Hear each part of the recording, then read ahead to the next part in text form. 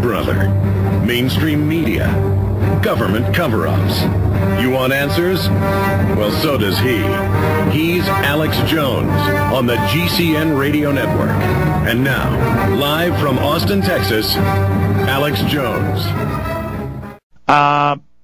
Give us your basic take on the, we haven't been on in about 2 weeks, on all the insanity, Bear Stearns going for $2 a share, the government financing, J.P. Morgan, and the rest of them to come in and prop up these other groups. Just it seems to me like it's deteriorating at an accelerated rate, or am I wrong?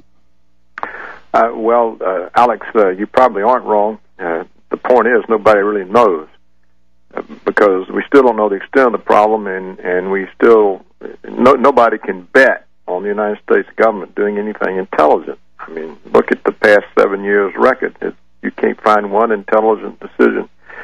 You see, Alex, as bad as the subprime derivative market is and all the damage it's done and may yet do to the financial system, I regard that almost as a sideshow.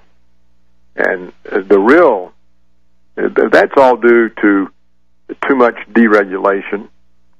They abolished the Glass-Steagall Act in 1999, the Clinton administration, and this broke the wall between commercial banks and investment banks, and that's where all of this, these stupid new instruments, the greed, the carelessness, has come from.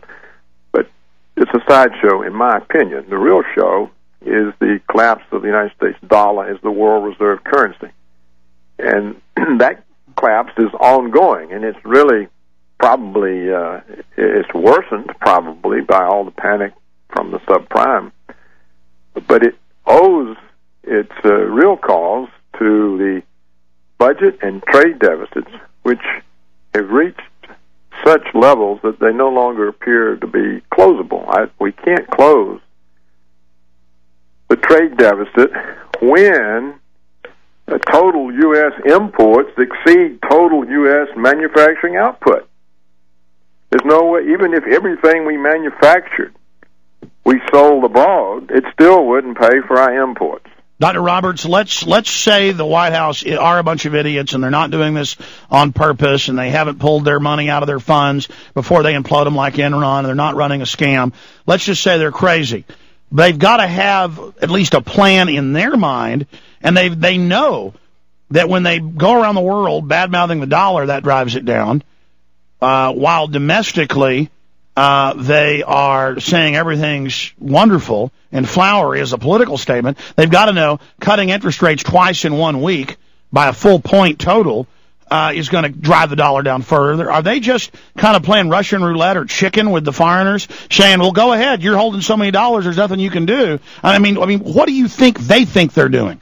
Well, Alex, a few weeks back, you and I talked about the dilemma that they face two simultaneous problems that are dangerous, and the solution for the problems are contradictory. To save the impaired and imploding financial system, they need to pump out all the liquidity that they possibly can, thus the low interest rates. But, as you just noted, those low interest rates undermine the dollar and the ability of the government to borrow abroad to finance its deficit. So that's contradictory. Right now, they have decided that the pressure is mainly on the financial system, and that's urgent, and so they're pumping out the liquidity. Now, when it changes and the dollar starts going down at such a precipitous rate that it becomes even more alarming, and they see that, hey, we might not be able to clear the next Treasury auction. What if the bonds aren't taken that we put up? We got to boost the interest rates to give people incentive to continue to lend to us. That's ahead. That may yet come. So, it's well, we already see foreigners slowing how much money they'll put into bailouts. We see all these Latin American countries saying they're not going to deal in dollars anymore. We see European nations moving away from the dollar, the Arabs moving away. I mean, we see that creep towards the door, everybody getting up and leaving, starting to happen.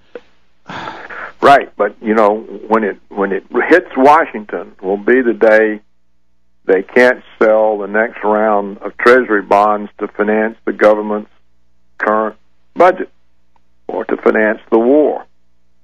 You see, the day they bring a new round of Treasury bonds to auction, that's how they sell them. Yes. They put them up for bid, and the bidders don't take all the bonds, then that's when they know they got to jump the interest rates up. And so if they got to jump the interest rates up before they get enough liquidity in to float the insolvent banking system, they're really in trouble. But sir, I mean, just looking at it as a layman, they're pumping hundreds of billions a month, and then of course selling that debt globally with the bonds. For listeners that don't understand that, then it looks like it's doing nothing. Like the body's gone into shock. The blood's just pouring out. There's too many wounds. It appears that them dumping all this money only drives confidence down even more. Well, liquidity usually, historically, drives the stock market up, and we saw that yesterday. But it's watered down liquidity. They're having trouble because the banking system is impaired, and so they're having trouble getting the liquidity that they're pumping out through the banking system into consumer hands to drive the economy. They'll probably fail in that, but they may succeed, and I don't know that they will, but they may succeed in getting liquidity into the banks themselves through these new mechanisms they have of lending money based on these bad securities. And technically they can't buy these securities outright, but in fact they can by continually to roll over the loans. So they can sort of take the securities out of the troubled securities out of the banking system by lending on them and just keep rolling over those loans. I know you're an economist, you're not a forecaster, but you have made quite a few predictions that have come true.